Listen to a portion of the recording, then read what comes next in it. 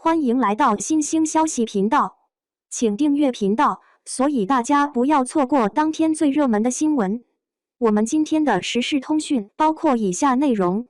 袁冰妍关联公司逃税和邓论偷逃税事件做比较，其性质有何区别？袁冰妍关联公司重庆立言文化传媒有限公司因偷漏税被罚97.8万元，火速上了热搜。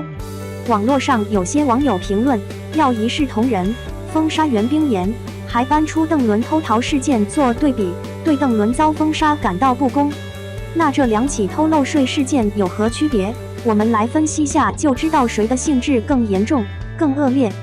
媒体披露，袁冰妍关联公司重庆立言文化传媒有限公司在2019年至2021年期间支付与企业生产经营无关的消费性支出，共计815万元，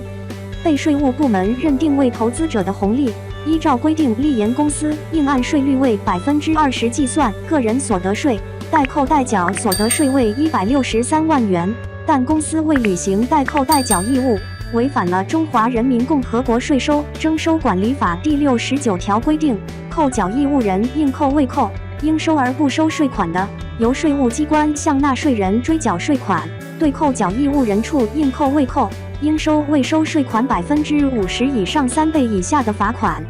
这属于未履行扣缴义务，情节轻微，被罚未纳税款60%的罚款，即97.8万元。邓伦作为纳税人，在2019年至2020年期间，通过虚构业务转换收入性质进行虚假申报，偷逃个人所得税4765.82万元，其他少缴个人所得税1399.32万元。通过税收大数据分析发现，邓伦存在涉嫌偷逃税问题，且经税务机关提醒督促仍整改不彻底，遂依法依规对其进行立案，并开展了全面深入的税务检查。中华人民共和国税收征收管理法第77条规定，纳税人、扣缴义务人有本法第63条、第65条、第66条、第67条、第71条规定的行为涉嫌犯罪的，税务机关应当依法移交司法机关追究刑事责任。可以看出，违反第63条比第69条的性质更为严重。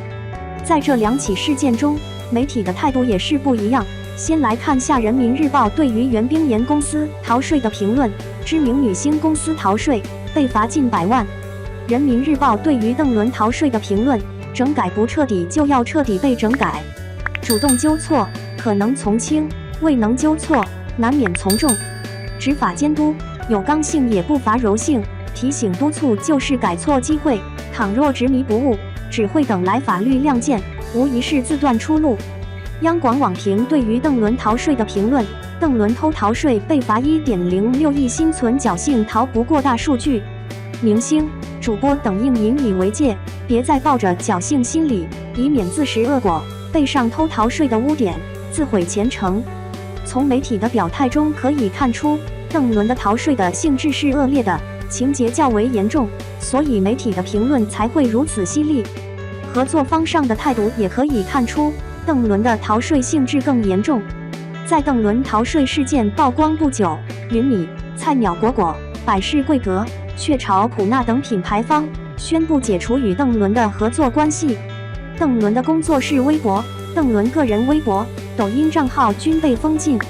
而与袁冰妍合作的品牌方 Fablux、富比士、迪奥均选择冷处理方式，未发布解除或者终止合作声明，个人和工作室账号无疑被封禁。很明显可以看出，各方对于此事件的态度是不一样的。袁冰妍的演艺事业是否会受到影响，还要看事件的进一步发展。